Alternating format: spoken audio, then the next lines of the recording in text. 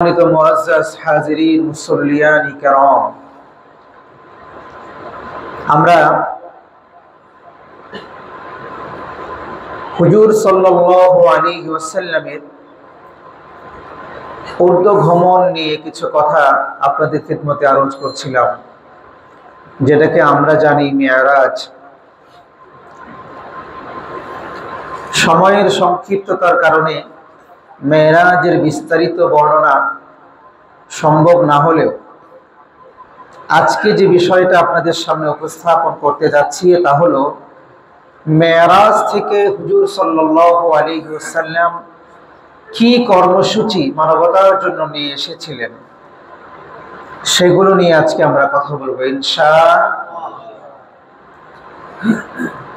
যদিও আমাদের লাইলাতুন নিসফি মিন শাবান এই মাসে রয়েছে, আগামী জুমায় আমরা সেই বিষয় নিয়ে আলোচনা করব এবং আগামী জুমার যে রাত হবে এই রাতেই লাইলাতুন নিসফি মিন শাবান। এজন্য আজকে আমরা আলোচনা করব মেরাজের যে কয়টি কর্মসূচি আপনার আমার নবী মুহাম্মদুর রাসূলুল্লাহ সাল্লাল্লাহু আলাইহি ওয়াসাল্লাম আসমান থেকে আল্লাহর কাছ থেকে মানবতার জন্য নিয়ে এসেছিলেন, সেই বিষয়গুলো নিয়ে আজকে আমরা কথা শুনবো ইনশাআল্লাহ। সম্মানিত ভাইয়েরা, মুহাম্মদুর রাসূলুল্লাহ সাল্লাল্লাহু আলাইহি ওয়াসাল্লাম তার উম্মতের জন্য মেরাজ থেকে 14 দফা কর্মসূচি নিয়ে এই পৃথিবীতে আগমন করেছিলেন। বলেন তো দেখি কত দফা? 14 দফা। এত গুরুত্বপূর্ণ যেটা ভাষায় প্রকাশ করার মতো নয়। আজকের বক্তব্যটি এতই গুরুত্বপূর্ণ যে যদি আপনি এই বক্তব্য মিস করেন তো জীবনের অনেক কিছুই মিস করলেন। সম্মানিত হাজিরি, এই 14টি দফার মধ্যে আল্লাহ সুবহানাহু ওয়া তাআলার জন্য কেবলমাত্র একটি দফা, আর 13টি দফাই হলো মানবতার কল্যাণের জন্য। সুবহানাল্লাহ। আল্লাহর জন্য মাত্র একটি আল্লাহ দিলেন, আর বাকি 13টি দিলেন কার জন্য? আপনার জন্য, আমার জন্য, আমাদের সবার জন্য, মানবতার জন্য। এই 13টি দফা যদি মানবতায়, মানুষ সম্প্রদায় যদি এই কাজগুলো করে, যেমনি ভাবে তাদের ব্যক্তি জীবন সুন্দর থাকবে, পারিবারিক জীবন সুন্দর থাকবে, সামাজিক জীবন সুন্দর থাকবে, ইভেন রাষ্ট্রীয় জীবন পর্যন্ত তাদের অত্যন্ত অনাবিল আনন্দ এবং সৌন্দর্যে কাটবে। সুবহানাল্লাহ বলেন। তাহলে আমরা বলছি আল্লাহ সুবহানাহু ওয়া তাআলা তার বন্ধুকে কয়টি দফা দিলেন? 14টি দফা দিলেন। একটি দিলেন তার নিজের জন্য, আর 13টি দিলেন এই মানবতার জন্য। সম্মানিত ভাইয়েরা, এই পৃথিবীতে আমরা সবাই কিন্তু শান্তি চাই, চাই কি চাই না? কিন্তু এই শান্তি কেমনে চাই জানেন? আল্লাহর আইন না মেনে চাই। আমাদের অবস্থা হলো যে আমরা এমনি চাই, আল্লাহর আইন না মেনেই শান্তি চাই। আসলে আল্লাহর আইন না মানলে শান্তি আছে? দুনিয়াও নাই, আখিরাতেও শান্তি নাই। কেবলমাত্র আল্লাহর যে আইনগুলো, যে বিধানগুলো, যেভাবে আল্লাহ আমাদেরকে চলতে বলেছেন সেভাবেই যদি কেবল আমরা চলি, তবেই এই পৃথিবীবাসী শান্তির মুখ দেখতে পাবে, নতবা এই শান্তি নামক কথাটি অধরাই থেকে যাবে। দেখেন, মোবাইল আমরা চালাই, মোবাইলের বিভিন্ন সফটওয়্যার গুলো আমরা ইনস্টল করে চালাই। যারা এই সফটওয়্যার গুলো বানিয়েছেন, নির্মাতা, তারা যেই নির্দেশনা দিয়ে দিয়েছেন এইভাবে চালাইলে পরে মোবাইলের এই সফটওয়্যারটা কাজ করবে না। আপনি যদি আপনার খেয়াল খুশি মতো মোবাইলের সফটওয়্যারটা চালাইতে চান, তাহলে বলেন তো দেখি, সফটওয়্যারের নির্মাতা যেহেতু আপনি নন, তাহলে কি আপনি সফটওয়্যার ঠিক মতো চালাইতে পারবেন? মোটেও না। কম্পিউটার, এই কম্পিউটারের কিছু বেসিক নির্দেশনাবলী আছে, এই নিয়মে কম্পিউটার চালাতে হয়। আপনি চাইলেই হুটহাট করে সবকিছু পারবেন না, কিছু নিয়ম, রুলস রেগুলেশন আছে, এগুলো মেনটেন করতে হবে, মানতে হবে। যত তাড়াহুড়োই আপনার থাকুক না কেন, এই নিয়মগুলো না মানলে কম্পিউটার অনই হবে না। কম্পিউটার অন হওয়ার জন্য কিছু নিয়ম আছে না নাই?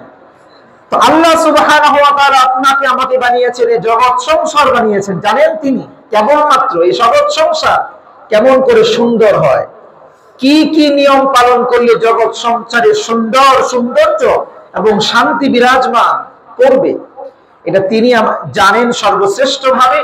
আর সেটাই তিনি আমাদেরকে জানিয়েছেন। আমরা যদি তার নির্দেশনা মতো না চলি, যেমনি ভাবে সফটওয়্যার কাজ করে না, কম্পিউটার কাজ করে না, দুনিয়ার শান্তিও আমাদের কাছে আসবে না। তো এক নাম্বার হলো যেটা আল্লাহ সুবহানাহু ওয়া তাআলা যেই দফা দিয়েছেন কেবলমাত্র তার জন্য। খুবই মনোযোগের সাথে কথাগুলোকে শ্রবণ করুন সম্মানিত ভাইয়েরা। এক নাম্বার আল্লাহ বলছেন, আল্লাহ ছাড়া কারো ইবাদত করা যাবে, এটা একমাত্র ঘোষণা আল্লাহ। নবীজি যখন এই পৃথিবীতে নেমে আসবেন, এই পৃথিবীতে আবার আসবেন মিরাজ থেকে, তখন 14টি দফা দিয়েছিলেন। এক নাম্বার দফা দিয়েছেন তার জন্য, আল্লাহর জন্য। একটা এই প্রথম এটাই হলো, আল্লাহ বলেছেন, বন্ধু দুনিয়ার মানুষকে আপনি জানাবেন তারা যেন আমি আল্লাহর গোলামি ছাড়া অন্য কারো গোলামি করে না। এই পৃথিবীতে আমাদের কেউ প্রভু নয়, আমরা সবাই একে অপরের বন্ধু হতে পারি। একমাত্র প্রভু হলেন কে? একমাত্র প্রভু হলেন আল্লাহ। আমরা সবাই এক আল্লাহর গোলাম, এজন্য ইবাদত করব কার? ওয়াকাদা রাব্বুকা আল্লা তা'বুদু ইল্লা ইয়াহু, সূরা ইসরা 23 নম্বর আয়াত। আল্লাহ বলছেন আল্লাহ ছাড়া কারো ইবাদত করা যাবে না। দুনিয়ার মানুষ যদি আল্লাহ ছাড়া কারো ইবাদত করে, যে কোনো দিক থেকে ইবাদতের সামঞ্জস্য রাখে, তবে সাথে সাথে সে সেই কাজটি মুশরিকানা কাজ করলো। আর জেনে বুঝে যদি এই কাজ করে তাহলে সে মুশরিক হয়ে গেল। কোরআনে কারীমে আল্লাহ সুবহানাহু ওয়া তাআলা ইবাদত সম্পর্কিত আয়াত দিয়েছেন প্রায় 500। কতটি বলুন? ইবাদত সংক্রান্ত আয়াত আল্লাহ কতটি দিয়েছেন? 505। বুঝেন নাই কথাটা? আমরা নামাজ পড়ি, এটা একটা ইবাদত না? রোজা রাখি, এটা একটা ইবাদত না?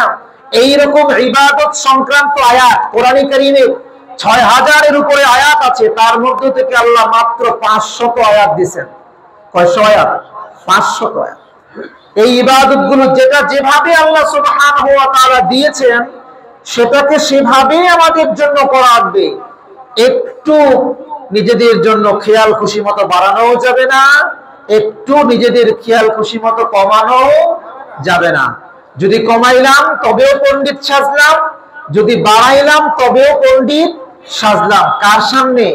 মহান ক্ষমতাধর আল্লাহর সামনে। আল্লাহ যেটা আমার জন্য দিয়েছেন, আমি বাড়াইয়া কমাইয়া কেমন যেন আল্লাহকে বোঝাইতে চাই, আপনি যেটা দিয়েছেন এটা তো ওইরকম হয় না, একটু বাড়ানো লাগে, একটু কমানো লাগে। নাউজুবিল্লাহ বলবেন না।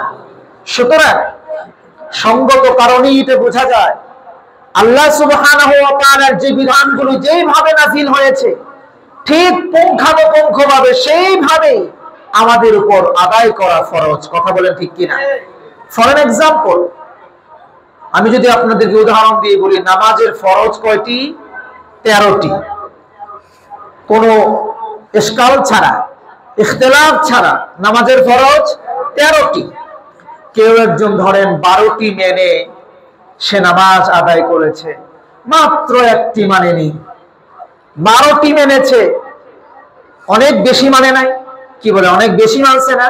13টির মধ্যে 12টি মানছে, মাত্র একটি মানে নাই। বলেন তো তার নামাজ হবে? এতগুলো মানার পরেও মাত্র একটা না মানলেও নামাজ হবে না, ফলাফল জিরো। ফলাফল কি? জিরো। কারণ ফরজ লঙ্ঘন হয়েছে। 13টি ফরজের 13টি আপনাকে মানতে হবে। একটিও যদি আপনি লঙ্ঘন করেন তাহলে আপনার নামাজের ফলাফল আওয়াজ করে বলেন। ঠিক তেমনি ভাবে মনোযোগ দিয়ে শুনুন মুসলমান, আল্লাহ সুবহানাহু ওয়া তাআলা 500 আইন দিয়েছেন কোরআনে কারীমের মধ্যে। এই 500 আইনের মধ্যে যদি আপনি 499টি মানলেন, মাত্র একটি মানলেন না, কয়টি মানলেন? কয়টি মানলেন না? 499টি মানলেন। মানলেন না কয়টি? একটি কেবলমাত্র মানলেন না। মিজানের পাল্লায় দেওয়ার সময় দেখা যাবে আপনার ফলাফল জিরো। আপনার ফলাফল জিরো। কেন? 13টি ফরজের মধ্যে একটি ফরজ না মানলেই যেমন নামাজ ফলাফল জিরো, আল্লাহর বিধান 500 আইনের মধ্যে একটি আইন যদি আপনি লঙ্ঘন করেন, না মানেন, অস্বীকার করেন, তাহলে আপনার 499টা আইন মানার পরেও মিজানের পাল্লায় আপনার ফলাফল, আওয়াজ করে বলেন, জিরো।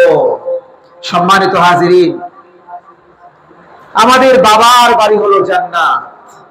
আদম আলাইহিস সালাতু ওয়াস সালামকে জন্মগ্রহণ করিয়ে বানিয়ে সৃষ্টি করে আল্লাহ সুবহানাহু ওয়া তাআলা তাকে রাখলেন কোথায়? জান্নাতে। তিনি আমাদের সবার বাবা। বাবা কিনা? সবার আদি পিতা হযরত আদম সফিউল্লাহ আলাইহিস সালাতু ওয়াস সালাম, তার বাড়ি হলো জান্নাত। সুতরাং আমাদের বাবার বাড়ি যদি জান্নাত হয়, তো সন্তানদের বাড়িও কোথায় হওয়ার কথা? আওয়াজ করে বলেন না। হযরত আদি পিতা আলাইহিস সালাতু ওয়াস সালামের সন্তান হিসেবে আমাদের পৈতৃক নিবাস হলো জান্নাত। আমাদের পৈতৃক নিবাস কি? জান্নাত। আমরা যদি সুসন্তান হতে পারি তাহলে আমাদের চিরস্থায়ী জায়গা হবে জান্নাত। আর দুর্ভাগ্যক্রমে যদি আমরা কুসন্তান হই, হযরত আদম আলাইহিস সালাতু ওয়াস সালামের আদি পিতা সুসন্তান না হতে পারি, তাহলে আমাদের জায়গা হয়ে যাবে জাহান্নাম। ঠিক কিনা? পিতার বৈধ সন্তান, পিতার কথাবার্তা শুনে এমন সন্তান যদি হয়, তাহলে তার জায়গা পিতার বাড়িতেই হয়। পিতার তেজ্য সন্তান যদি হয়, তার জায়গা পিতার বাড়িতে আর হয় না। ঠিক তেমনি ভাবে জান্নাতে যাওয়ার জন্য রাস্তা হলো শুধুমাত্র একটি। কয়টি রাস্তা বলে?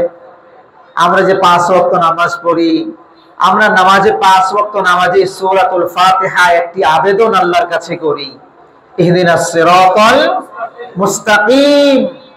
ওগো আল্লাহ, জান্নাতে যাওয়ার যে সরল সঠিক রাস্তাটি আছে, এই সরল সঠিক রাস্তাটি তুমি আমাদেরকে দেখিয়ে দাও, প্রদর্শন করো। আমরা যেন এই সরল সঠিক রাস্তা দিয়ে আমাদের পৈতৃক নিবাস জান্নাতে যেন যাইতে পারি। সূরা ইয়াসিনের সরল সঠিক রাস্তার ব্যাখ্যা করে আল্লাহ বলেন, ওয়ানিবুদুনি হাদা সিরাতুম মুস্তাকিম, একমাত্র আমার ইবাদত করো। আমার ইবাদত ছাড়া অন্য কারো দাসত্ব, অন্য কারো ইবাদত তুমি করতে পারবে না। আর আমার ইবাদতই রয়েছে কেবলমাত্র সিরাতে মুস্তাকিম। বলেন তো দেখি, কার ইবাদতে সিরাতে মুস্তাকিম আছে? আল্লাহ ছাড়া আমরা যদি আর কারো গোলামি করি, কোনোভাবে আল্লাহর জাত ও সিফাতের সাথে কোনোভাবে যদি শরীক স্থাপন করি, শিরক যদি করি, তাহলে প্রতীয়মান হয় যে আল্লাহ ছাড়াও অন্য কেউ সিজদার উপযুক্ত আছে, আল্লাহ ছাড়াও অন্য কেউ খাদ্য দেওয়ার উপযুক্ত আছে, আল্লাহ ছাড়াও অন্য কেউ বাঁচানোর উপযুক্ত আছে, ইত্যাদি ইত্যাদি। নাউজুবিল্লাহ বলেন।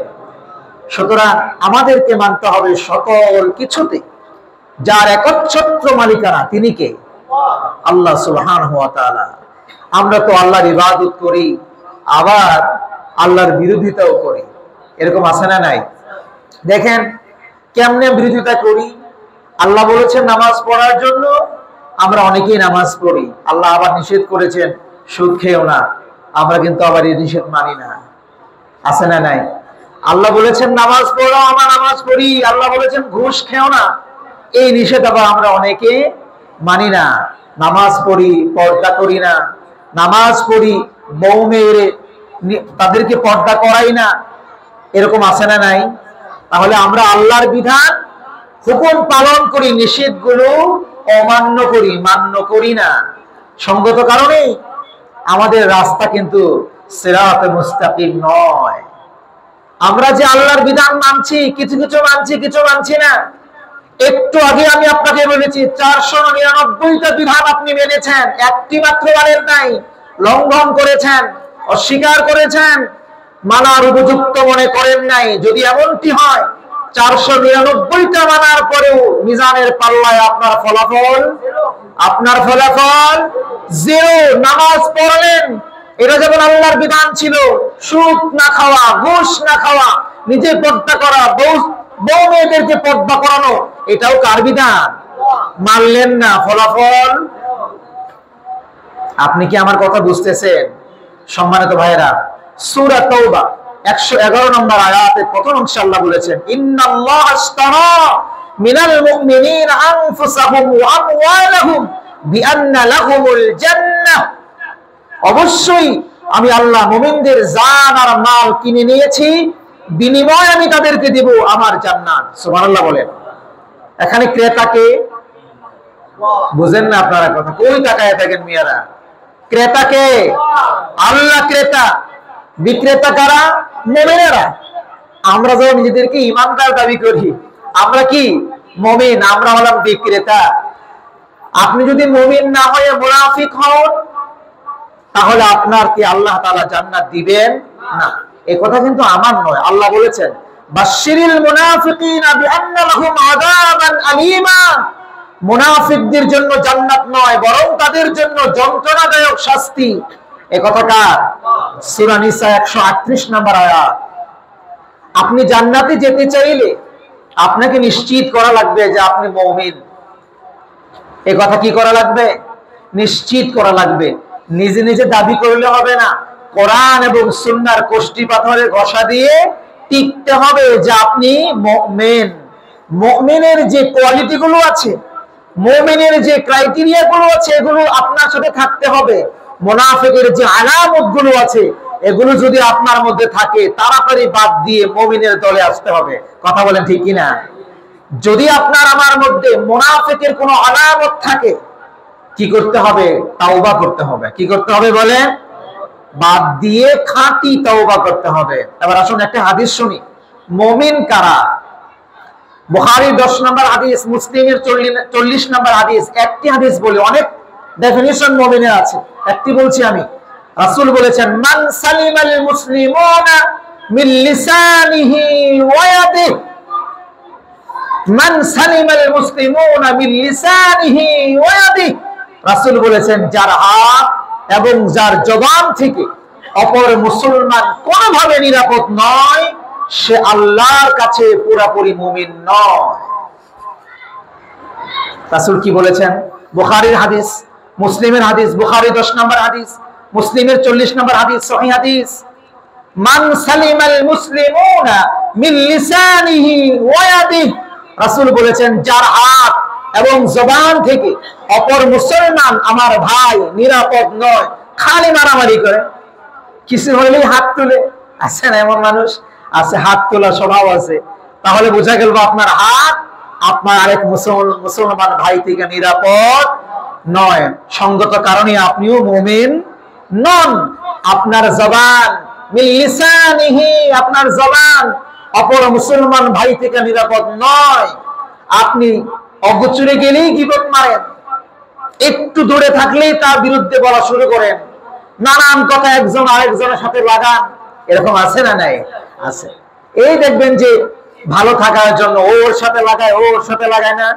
ফ্যামিলি তো এই ঘটনা আছে, ভাইয়ের ভাইয়ের সাথে ঝগড়া লাগানোর জন্য এরকম ঘটনা অনেকে ঘটায়, পরিবারের সাথে ঘটায়। বিভিন্ন জায়গায় দেখবেন এই অসমতাগুলো আছে, অসামঞ্জস্য গুলো আছে।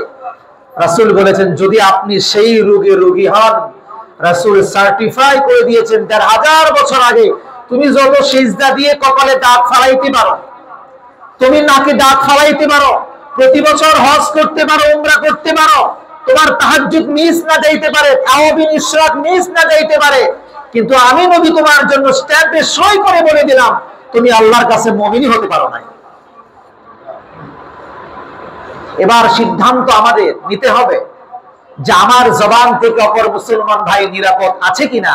যদি না থাকে, আজকে এই মুহূর্তে তওবা করতে হবে খাঁটি দিলে। আর কোনোদিন কারো সম্পর্কে গীবত, কারো সম্পর্কে বদ, কারো সম্পর্কে খারাপ পরনিন্দা, একজন আরেকজনের সাথে লাগানো, মানে কুটনামি করা, এবং কোন খারাপ কোনো কিছু ছক আঁকা, কারে মারবো কেমনে, কারে ধরবো কেমনে, এরকম সমাজের মধ্যে আছে না নাই?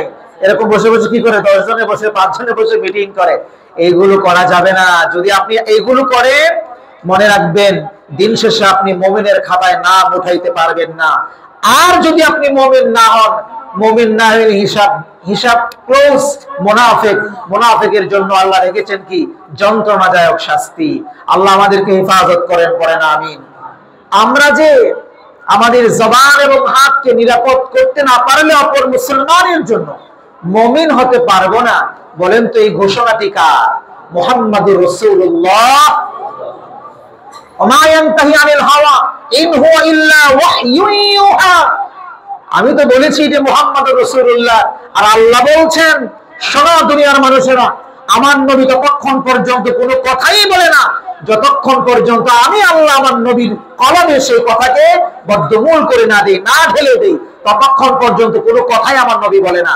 তাহলে প্রাসঙ্গিক ভাবে বোঝা যায় নবী বললেও কথাটা কার? নবী বললেও কথাটা কার? আল্লাহর কথা। প্রিয় ভাইয়েরা আমার, সুতরাং আল্লাহর সিদ্ধান্ত এই রকমই যেমনটি নবী বলেছেন। আল্লাহ আমাদেরকে হেফাজত করেন, বলেন আমিন। প্রিয় ভাই, আপনি বাজার থেকে ইচ্ছাকৃত জেনে শুনে পচা জিনিস কিনবেন? আজকের বক্তব্যটি একটু অন্যরকম, একটু খেয়াল করেন। আপনি বাজার থেকে টাকা দিয়ে, পয়সা দিয়ে জেনে শুনে কি পচা জিনিস কিনবেন? আবার টাকা দিয়ে কিনবেন? মোটেও না। তাহলে আপনি কেমন করে ভাবেন যে আপনার আমার মতো ভেজাল ইমানদারদের থেকে আল্লাহ তাআলা জান আর মাল কিনবেন, বিনিময়ে আবার জান্নাত দিবেন? আপনি যদি টাকার বিনিময় পচা জিনিস দোকান থেকে না কিনেন দেখে শুনে, তো আল্লাহ কেমন করে আপনার আমার মতন ভেজাল ইমানদার থেকে ইমান কিনবেন, জান আর মাল কিনবেন? তাও আবার দিবেন দুনিয়ার কোনো টাকা নয়, পয়সা নয়, শ্রেষ্ঠতম পুরস্কার জান্নাত। যেই সর্বকনিষ্ঠ জান্নাতের হিসাব এসেছে, হাদিস শরীফের মধ্যে আসছে, সবার শেষে যে জান্নাতে যাবে, সবচেয়ে ছোট জান্নাতে যে থাকবে, এই দুনিয়ার সমান 10 দুনিয়া আল্লাহ তাকে দান করবেন। সুবহানাল্লাহ। এটা তো সর্বকনিষ্ঠ জান্নাতের হিসাব। আপনি আর আমি তো আশা করি বসে আছি আরো অনেক বড়টা। তো আপনার আমার ইমানে যদি এরকম ভেজাল থাকে, ওই ভেজাল ইমান, এই ইমানদারদের জান আর মাল আল্লাহ জান্নাতের বিনিময়ে কিনবেন ভাই? কিনবেন? তো ইমান ভেজাল রাখা যাবে না পরিশুদ্ধ করা লাগবে? আল্লাহ তৌফিক দান করুন। যদি বিনিময়ে আল্লাহ জান্নাত না কিনেন, রেজাল্ট কি? এজ এ রেজাল্ট ফলাফল 0।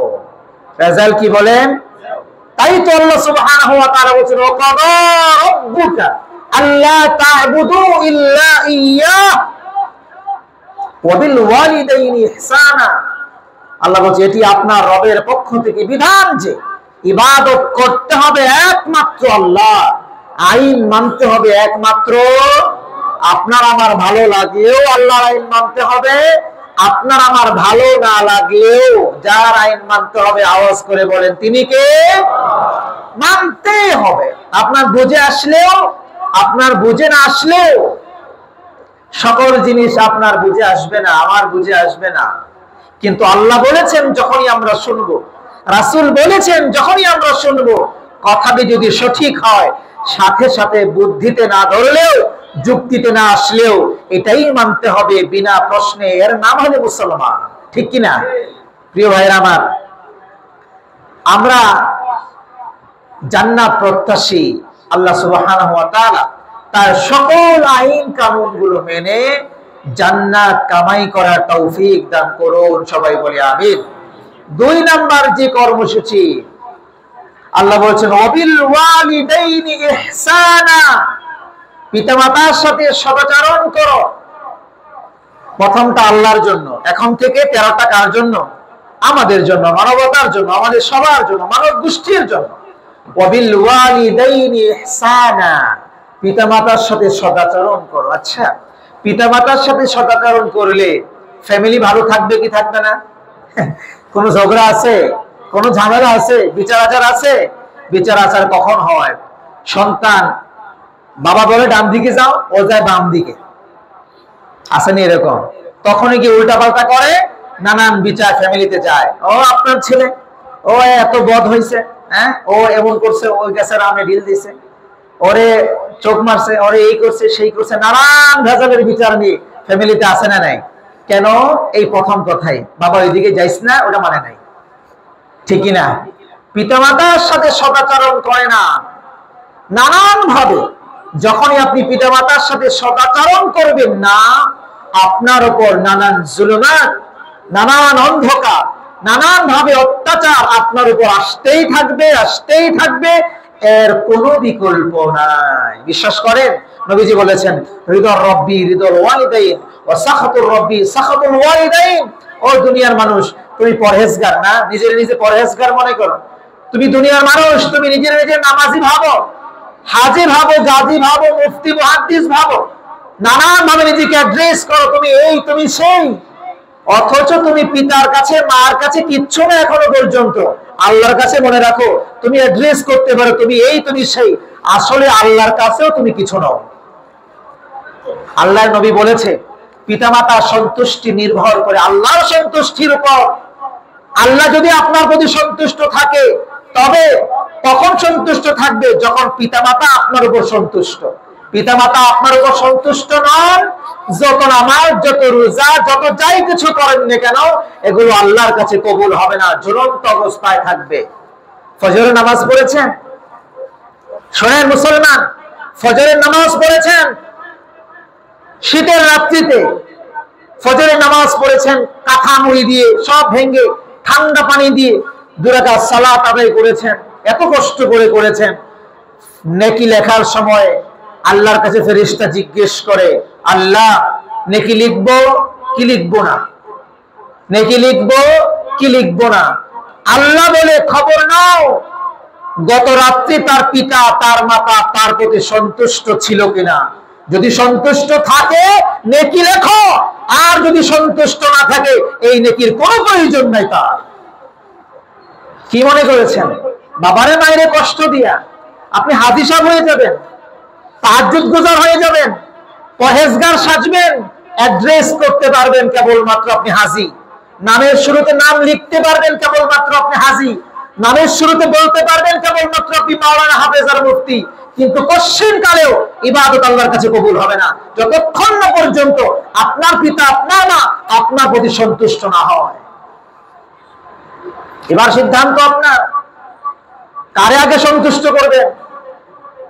মিয়া, আল্লাহর হুকুম অনেক সময় আল্লাহ পিছিয়ে দিয়েছেন, বাবা মার আদেশকে আল্লাহ তাআলা আগে রেখেছেন। আপনি নামাজ পড়তেছেন, আপনি নামাজ পড়ছেন, এমত অবস্থায় মা যদি আপনাকে ডাক দেয়, বাবা যদি আপনাকে ডাক দেয়, মা যদি আপনাকে ডাক দেয়, নামাজের ওয়াক্ত যদি আরো থাকে, পরেও যদি নামাজ পড়ার সুযোগ থাকে, নামাজ ছেড়ে মায়েরটা আগে দেখতে হবে। মায়ের সংশোধন করার পরে মায়ে কোন ঝামেলায় পড়েছে, মা কোন বিপদে পড়েছে, মা কোন অসুবিধার জন্য আপনাকে ডাকছে, এটা আগে ঠিক করে তারপর আপনি নামাজে দাঁড়াবেন। মিয়া, কি মনে করেছেন? মা 10 মাস 10 দিন যিনি আপনাকে উদরে ধরেছেন তিনি মা। আজকে ভালো লাগে না মায়ের কথা? মায়ের বুড়ি মনে হয়, বাবারে ভালো লাগে না। যুবক, বাবারে ভালো লাগে না, বাবারে বুড়া মনে হয়, ও কিচ্ছু বুঝে না, বাবাটা কিচ্ছু বুঝে না, বুড়া হয়ে গেছে না। বাবা আসমান থেকে বুড়াই নামছিল, তোমার মতো বয়সের যুবক ছিল না বুঝি? কি কন বাবারা যারা আজকে আমরা বুড়া হইতেছি, আমার বয়স ধরেন 40, আমিও তো বুড়ার কাতারে নাম লেখানো শুরু করছি, চুলদারি পাকা শুরু করতেছি।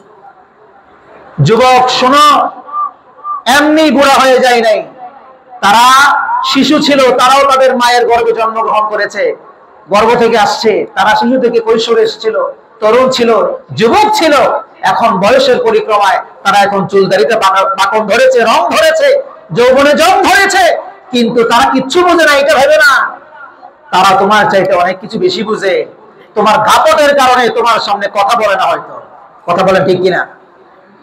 সম্মানিত মুসল্লিয়ানে কেরাম, রাগ করবেন না, বাস্তব কথাগুলো আমি আপনাকে শোনাচ্ছি। রাসূল বলেছেন, এই কথাই বলেছেন, রিদর রব্বি রিদল ওয়ালিদাইন ওয়া সাখাতুর রব্বি সাখাতুল ওয়ালিদাইন। পিতামাতা যদি আপনার প্রতি সন্তুষ্ট না থাকে, আল্লাহ আপনার প্রতি সন্তুষ্ট হবে না। এটাই রাসূলের কথা, এটাই নবীজির কথা। আপনি বললেও না বললেও রাসূলের কাছে জিজ্ঞাসা করা হলো, পিতামাতার সন্তুষ্টিটা কেমন কেমন এই পিতামাতার সন্তুষ্টি অর্জন করাই লাগবে কিনা?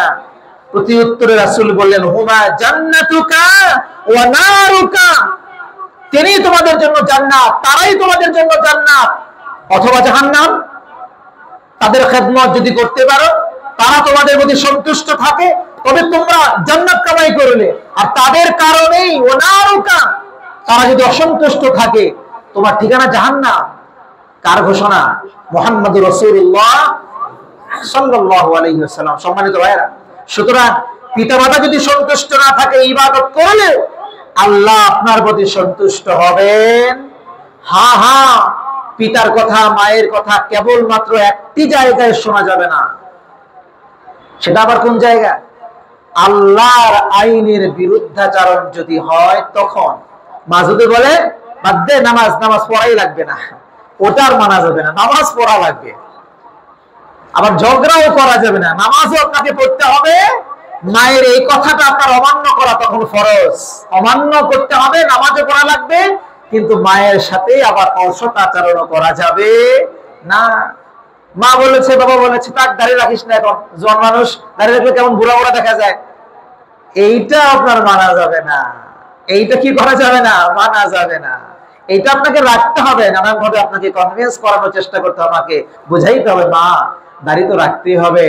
দাড়ি যদি না রাখতেই হতো, আমার বড় আপুর বয়স যে 40, আমার যে 30, তো বড় আপুর থুতনিতে দাড়ি উঠে নাই কেন? বুঝেন নাই কেন? বুঝেন নাই কথা? বড় আপুর মুখেতে দাড়ি উঠে নাই কেন? তার দাড়ি রাখতে হবে না, এজন্য উঠে নাই। আমার বয়স 25, এখনো দাড়ি, থুতনিতে দাড়ি গজাইলো কেন? রাখতে হবে সেজন্য, ঠিক কিনা? হ্যাঁ। সম্মানিত হাজিরিন, 2 নাম্বার বলছে এটা আল্লাহ। 1 নাম্বার, 2 নাম্বার হলো 14 দফার দিক থেকে 2 নাম্বার, আর আমাদের দিক থেকে 1 নাম্বার। 14 দফার দিক থেকে 3 নাম্বার। 3 নাম্বার কর্মসূচি কি? খুবই গুরুত্বপূর্ণ। ওয়াবিদিল কুরবা ওয়াল ইয়াতামা ওয়াল মাসাকিন ওয়াল জারি দিল কুরবা ওয়াল জারিল জুনুব ওয়াস সাহিবি বিল জামবি ওয়া বিনিস সাবিল ওয়া মা মালাকাত আইমানুকুম। 1 নাম্বার, নিকট আত্মীয়দের হক আদায় করা। এই কর্মসূচি মেরাজ থেকে নবীজি নিয়ে এসেছেন। খালি নবীজির কান্নার আওয়াজ শুনলে হবে না। নবীজি দান শহীদ করছেন, শুইনা কাইন্দা একবারে মাটিতে লুটায় পড়লেন, কিন্তু নবী কি নিয়ে আসছে আপনার আমার জন্য, এইটা মানলেন না, তাহলে হবে না। এগুলো মানতে হবে। 14 দফার এটা 3 নাম্বার দফা। 3 নাম্বার দফার মধ্যে অনেকগুলো কথা। 1 নাম্বার, নিকট আত্মীয়দের হক আদায় করা।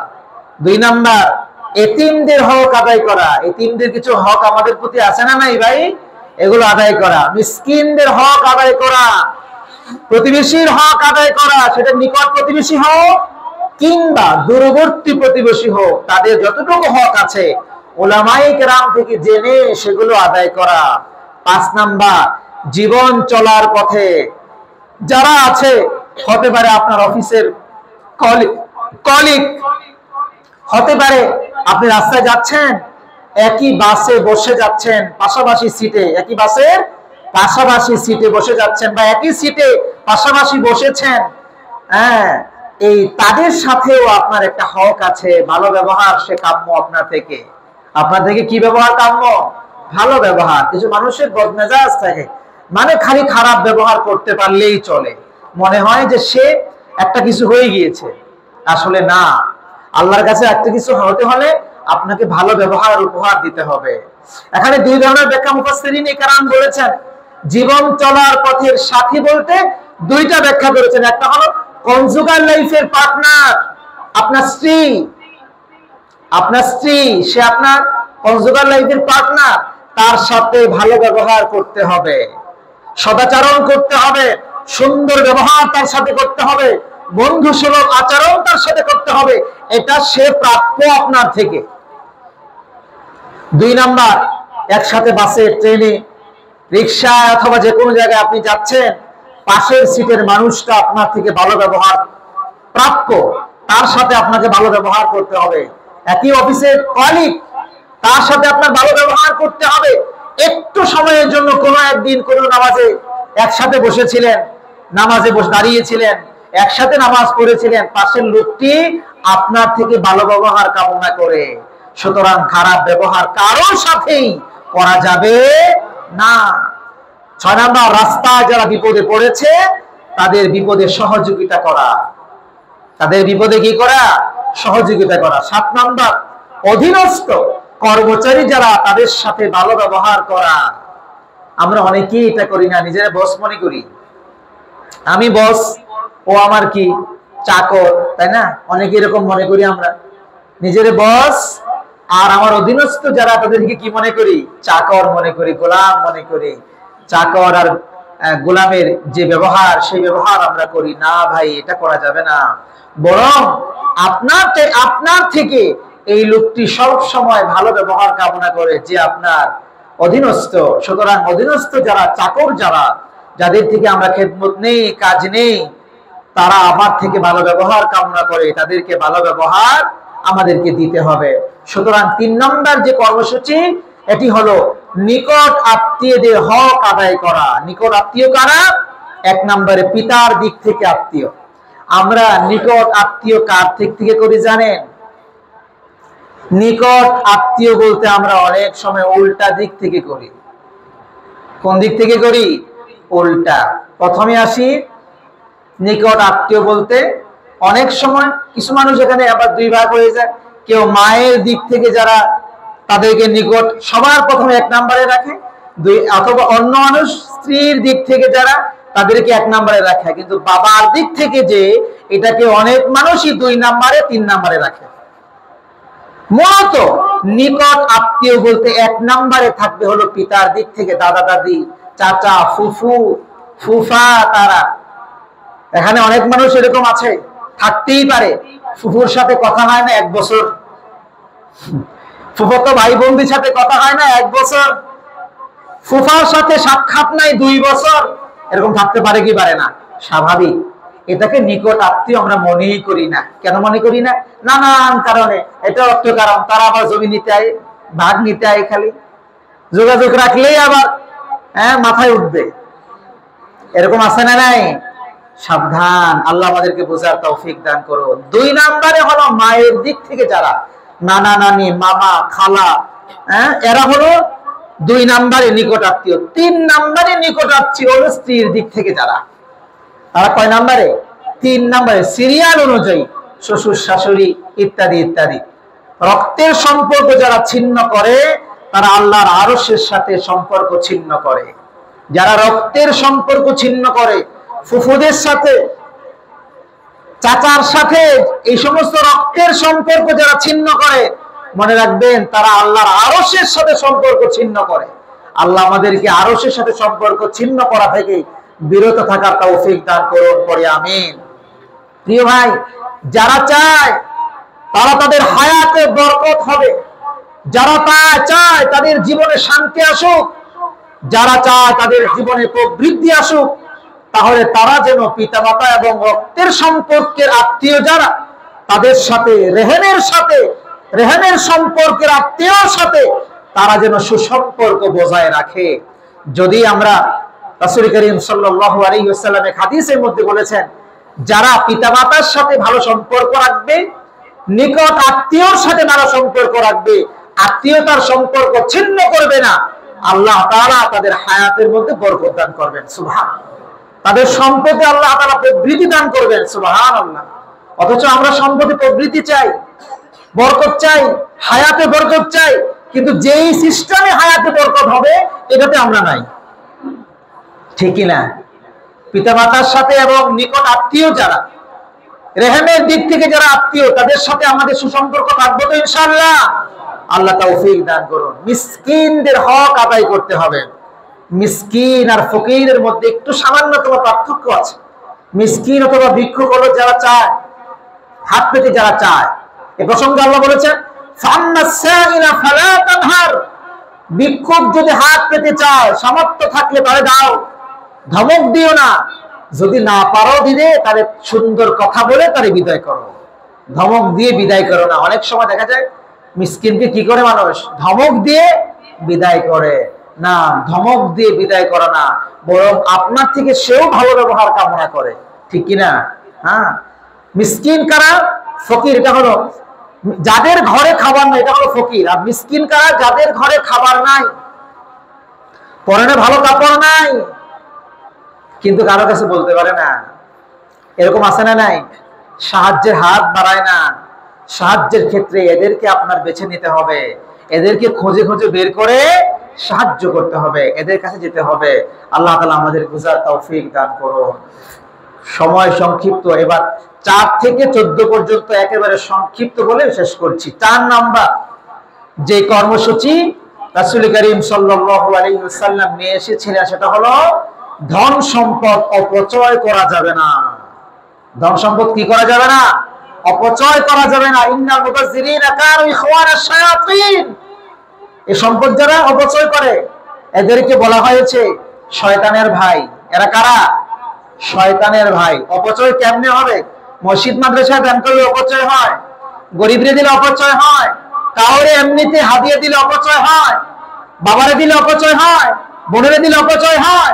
এগুলোকে অপচয় না। অপচয় হলো আল্লাহর বিরুদ্ধাচরণ আছে যেই যেই জায়গায়, ওখানে দিলে অপচয় হয়, ঠিক কিনা? আপনি দিলেন এক জায়গায়, ওরস হবে, এই ওরসে নাচ গান বাজনা তবলা, বেপরদা নানান কিছু আছে, আপনি জানেন। এই জায়গায় এসে টাকা চাইছে, টাকা দিলেন, অপচয় করলেন। কি করলেন? টাকাটা অপচয় করলেন। তারপরে আপনি কোন গানের আসরে দিলেন, অপচয় করেন। যাত্রা বাড়ায় দিলেন, কেসুমেতে দিলেন, নানান ভাবে কোন খারাপ কাজ হবে, গুনাহের কাজ হবে, এই জায়গায় আপনি দিলেন। এগুলো হলো সবার আগে অপচয়ের খাত। ভালো যত জায়গা আছে সমস্ত জায়গায় দিলে এগুলো অপচয় নয়, বরং এগুলো আপনি নিজের অ্যাকাউন্টে জমা করলেন। আল্লাহ আমাদের বোঝার তৌফিক দান করুন। 5 নাম্বার, কৃপণতাও করা যাবে না। কি করা যাবে না?